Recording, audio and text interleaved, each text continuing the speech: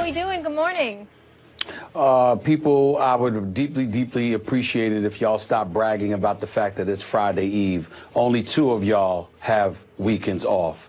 One other person never does. Who has weekends off? I'd like to meet the person.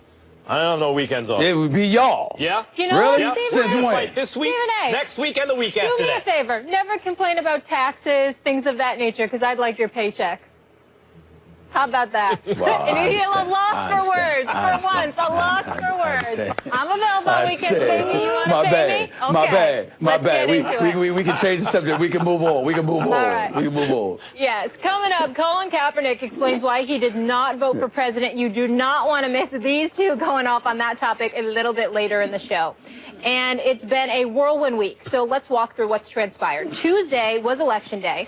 Early Wednesday, Donald J. Trump was named the 45th president of the United States. Yesterday, Pistons head coach Stan Van Gundy was very outspoken on his displeasure with the state of our country and the election. And Warriors coach Steve Kerr echoing those sentiments, disappointed in how the election turned out. Of course, disappointed in Trump being president, the state of our country, so many other things on that subject. So they say life is all about timing. And now today, President Barack Obama is scheduled to welcome Trump to the Oval Office this morning to start the customary transition of power. Then this afternoon on the South Lawn, LeBron James and the Cavs are scheduled to be at the White House to celebrate the team's 2016 NBA championship. Max, do you think teams in the NBA will start to boycott these White House visits? Yes, I do.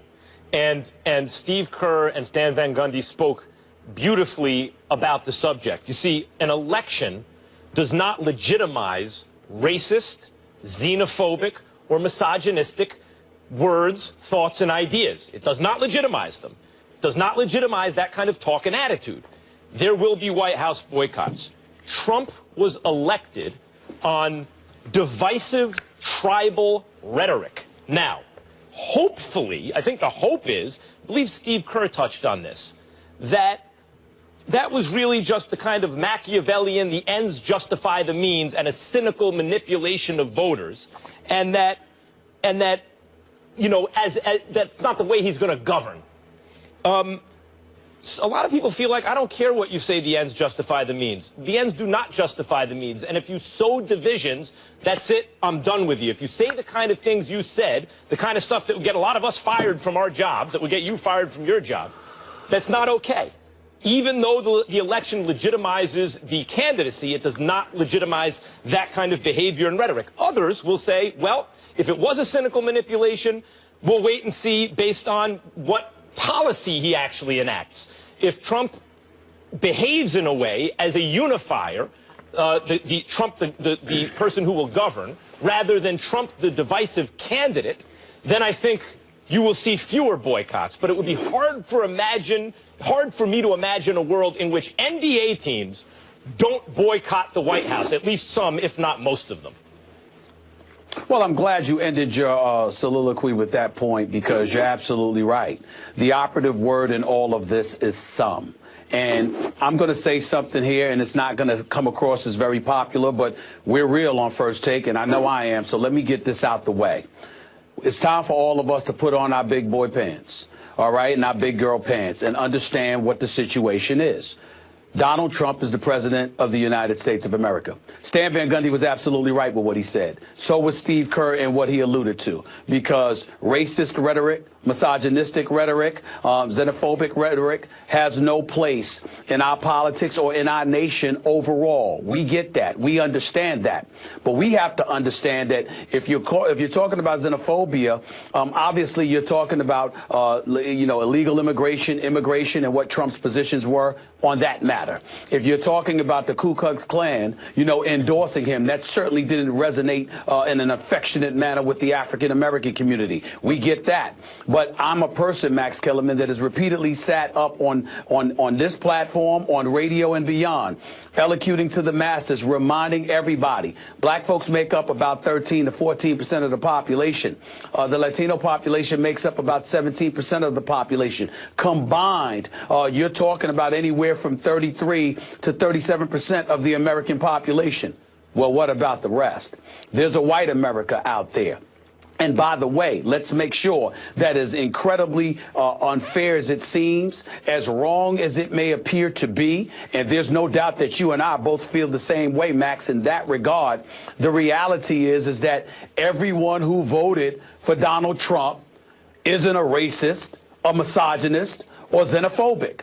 They may have paid no attention to that stuff. As irresponsible as that is, when you go to the voting booth, there are many people, a matter of fact, I dare say most Americans in our nation, who go to the voting booth and all they care about is their own personal issues. If they can't pay their mortgage, that's what they're concerned about. If they need a job, that's what they're concerned about. If they want health care, that's what they're concerned about. Their lone issue is what they're primarily concerned about. And so now we transition to the NBA.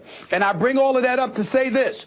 I appreciate Stan Van Gundy's position. It's absolutely on the money. And I applaud him because he's honest, he's educated, he's intelligent, and he's passionate. I love that man. Steve Kerr, I totally concur with everything he said. Outside of talking about sports media and everybody yelling at folks, we're talking sports, Steve Kerr. We ain't talking politics here. We're not trying to legislate the lives of other individuals. And by the way, Steve Kerr can get a temper tantrum himself on the sideline. So I guess he's throwing himself into that equation. But for the most part, what he said was absolutely correct. But everybody in the NBA may not share that view. A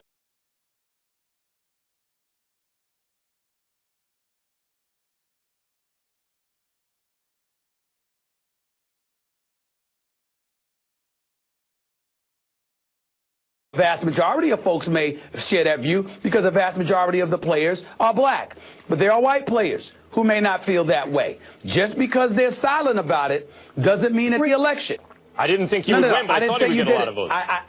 I didn't say that you didn't say that. I said you were asking me why I felt that way. I'm not saying that's what I'm saying. And what I said to you at that time is there's millions of people who aren't saying anything. They ain't protesting the flag. They're not kneeling. They're not, they're not venting about a lot of things. They're just sitting back quietly. And when it comes time to go into the voting booth, they're going to go in there by themselves. They're going to close the curtain. They're going to vote for him. They're not going to talk about it beforehand. They ain't going to say anything afterwards. But in the end, that's what's going to potentially happen, which is why I thought it was going to be very tight. I hear what you're saying, but I reject that analysis. In fact, what happened in this election is fewer people voted. Fewer people voted for Trump than they did for recent Republican candidates, but even fewer people voted for Hillary than voted for Obama in the last two elections, although more people voted for Hillary than for Trump. In fact, Hillary was more representative of America than Trump. Very slightly. It's silly to even argue about it because it was essentially a tie, but not in the Electoral College because in addition to white people being the majority voting bloc, not bigger than the multiracial coalition that includes some white people when that coalition has been animated, but it clearly wasn't in this election.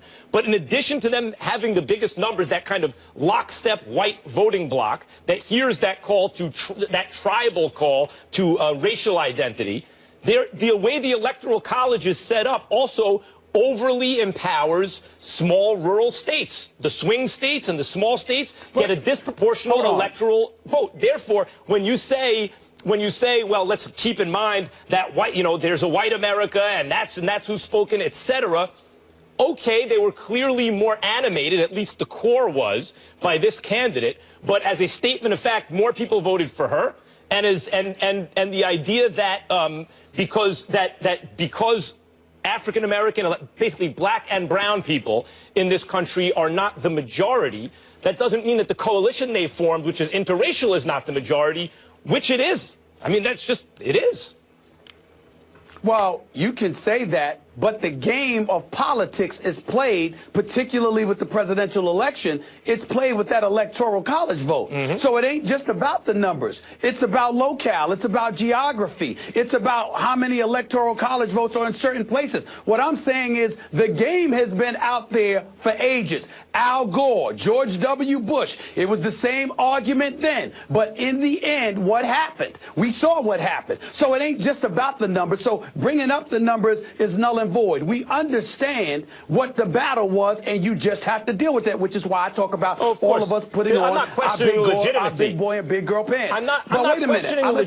I'll let you speak. I got that. I didn't say you were. I'm trying to get to a point.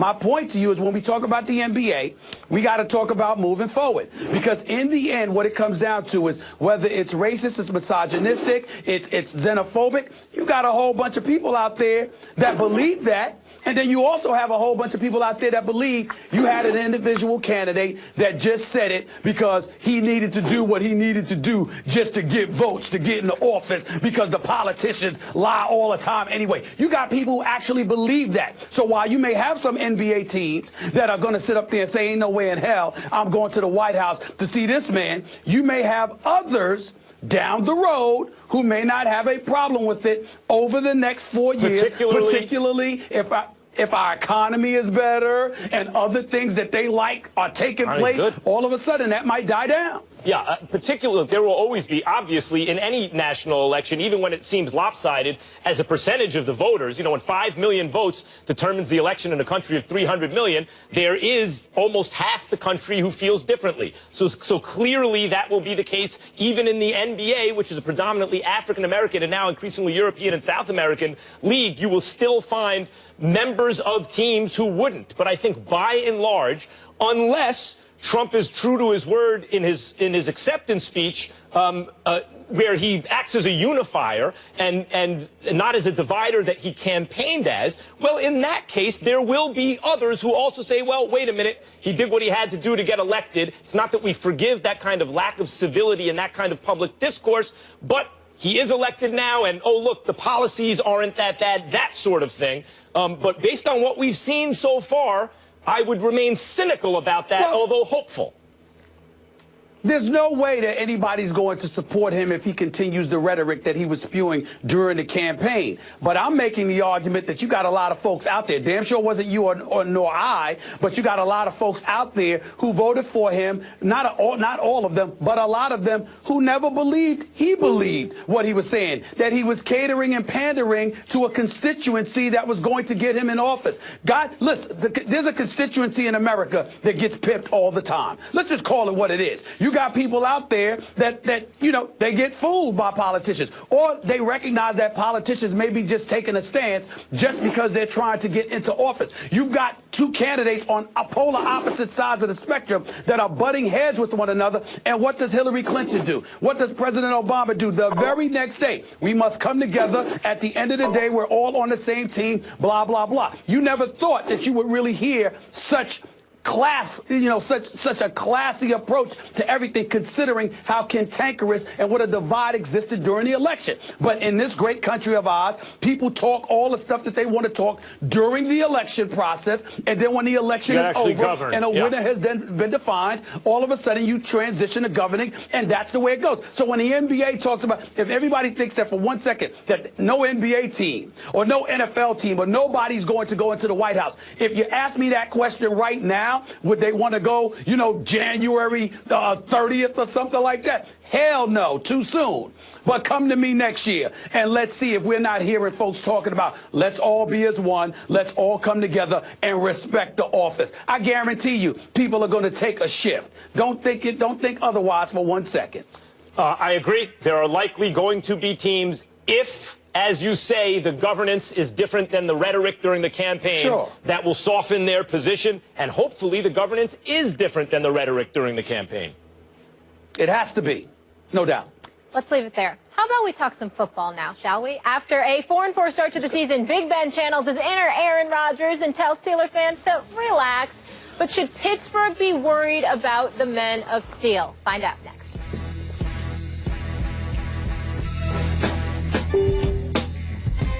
What's going on? This is Kevin Hart, a.k.a.